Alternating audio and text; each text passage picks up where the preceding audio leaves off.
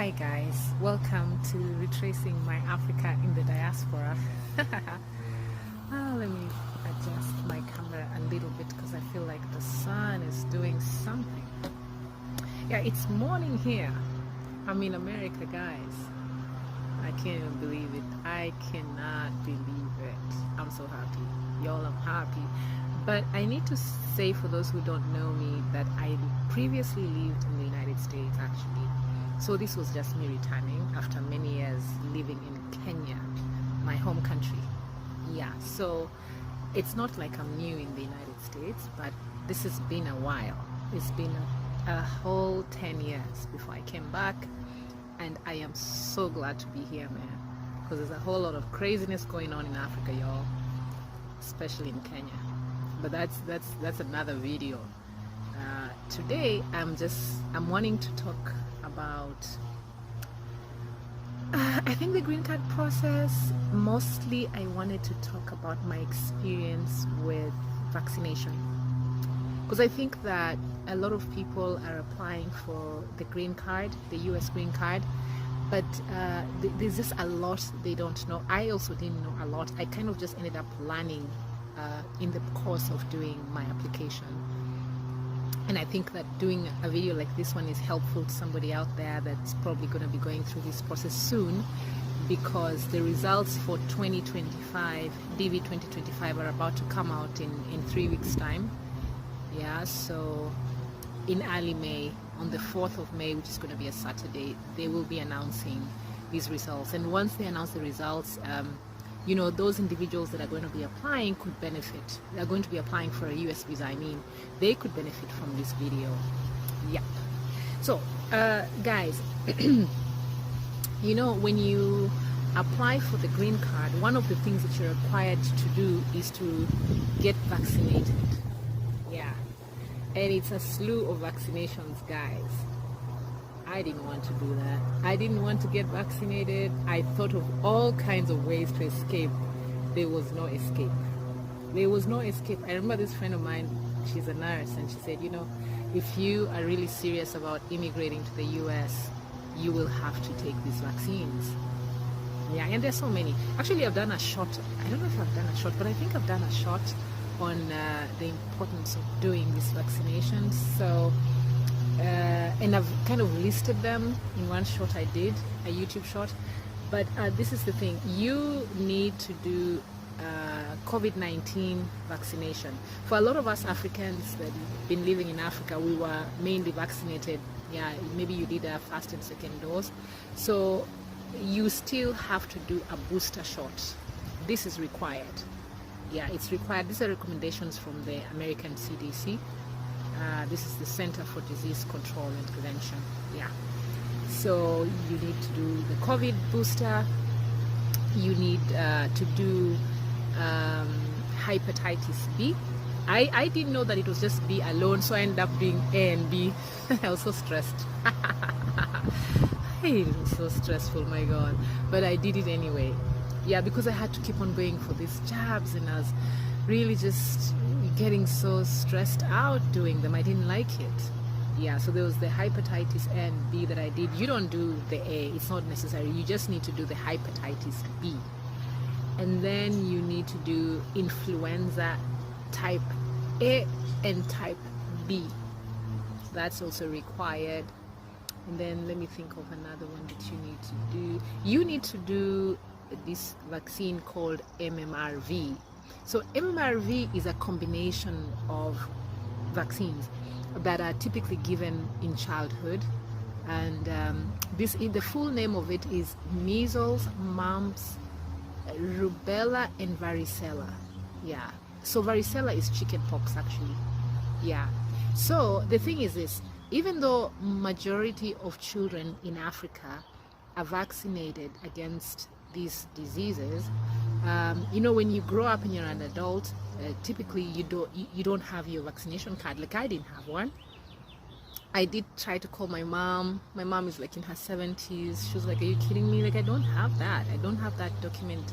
This was like given to me many years ago. I don't have it. I lost it. So there's very high chance that you may not be able to retrieve your childhood vaccination report.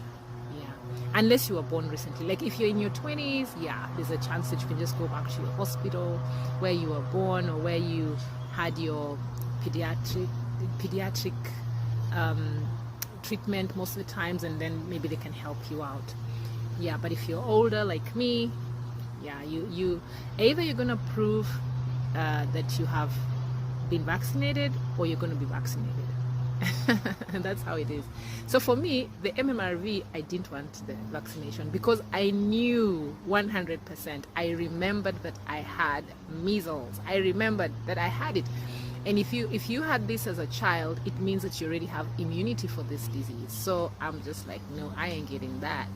So what I did some research online and found out that you could actually do what you call a antibody test. So this antibody test, what you do, you go to not a doctor's office, you go to a lab, laboratory, and they will draw some blood and they will do a test on you to establish if you've ever had exposure to this viral diseases, like this disease I'm telling you about, this measles, mumps, and rubella and chickenpox. So they know how to do it. They can do like diagnostics, and then they will find out. Yeah, it will show in your blood. So for me, that's what I did. I went and paid for it. I went to a lab in Nairobi and had this test done, and I had to wait like a whole week, and then the results came back and it said it was positive. And I was so happy because then I didn't need to get that jab. And when I went to the International Organization of Migration, which is where you need to go for your medical checkup before you go for your interview at the US Embassy, when I went to IOM, yeah, I presented that report and they accepted it because it is admissible. Yeah, it's accepted. So if you don't want to do this particular vaccine, that's another way to go about it. Yeah, so let me see which other one you need. There's another one called Tdap. So this is tetanus, diphtheria, and pertussis. I think pertussis, is whooping cough or something like that. Look, I'm not a medical doctor, so that's my disclaimer right there. I'm just speaking with respect to my own personal experience applying for my green card. Yeah, so this one, you have to take it. And it's expensive. I think it was one of the most expensive ones. Yeah, it's one of them. I think it's also polio. I believe it is. Yeah, it's a combination of shots that you get in one shot. Yeah, it's called Tdap. So tetanus, diphtheria, and pertussis, and polio. And then you also have to take influenza A and B. Yeah, there's a slew of these vaccines, guys. And they're damn expensive. If somebody hasn't told you, you better know this right now. This process ain't cheap, guys. Yeah, you have to have money because you see, like for me, I was doing this just for myself. But imagine if you have like children, maybe it's you and your spouse, and then maybe you have like 3 or 4 kids. It's not a joke. You really must think about where you're going to get the money. Yeah, because it's not a joke at all. I don't want to discourage you. It's doable. You just need to think about where you get the financial resources to do this. It's very important to think through this because I remember when I applied for my green card, I do remember seeing a video online where this one girl was talking about how she even had to like cook and sell food in Nairobi somewhere just to raise funds. Yeah, so if you don't have the resources, you need to come up with an idea of how you're going to make this money because it's going to be in the millions. Yeah, it's a lot of money. I think I need to do another video where I can explain how much money I spent. You also need to think about the cost of, let's say, travel. When you finally get the visa, you will be traveling to the US. My ticket cost me a little over $1,000 and it was one way. Yeah, so it's not easy, guys, but it is doable. What I can say is that as you go about this process, also have faith. Me, I used to pray a lot. Yeah, I used to pray a lot. I'm a Catholic. I'm a very staunch Catholic, I would say. My mom is a Catholic, her whole family is, so we are like that. So In fact, if you look at my YouTube video, you'll see some shots where I even had gone for Way of the Cross just before I came to the US. Yeah, so I loved praying and going to church, and I found that that was very helpful for me. It helped to reduce my stress, but it also gave me a level of comfort, and also increased my faith that things would work out. So, I mean, if you're not a church person, you can find other ways to mitigate the stress as you go through this process. Yeah, guys, so I think for today, that's all I wanted to share. I wanted to just let you know that you have to do a lot of vaccination, and I would also advise, please spread it out. So maybe let me say this: as soon as you learn that you have been selected for the green card, I think this is when you need to begin the process of doing your vaccines, your vaccinations. I didn't do that. I waited until the last minute, until the embassy had reached out to tell me I was having an interview. Then I started running to do my vaccination, and now it became a problem because it's like you have 1 month, you cannot do 10 vaccines in one day, you know? So I would totally discourage that kind of thing. It's not healthy, it's not safe. The best thing that you could do is to start early. See, the results come out in May. So maybe by June, you could start by June and just start slowly taking the vaccines that you need, because you need time. Yeah, this is what my doctor had recommended, my very good doctor. My doctor, Isaac Odongo, is a lovely person. He recommended this.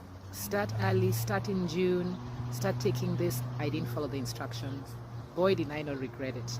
So, yeah, so I would advise that you begin early so that you don't have the stress of having too many injections in one day.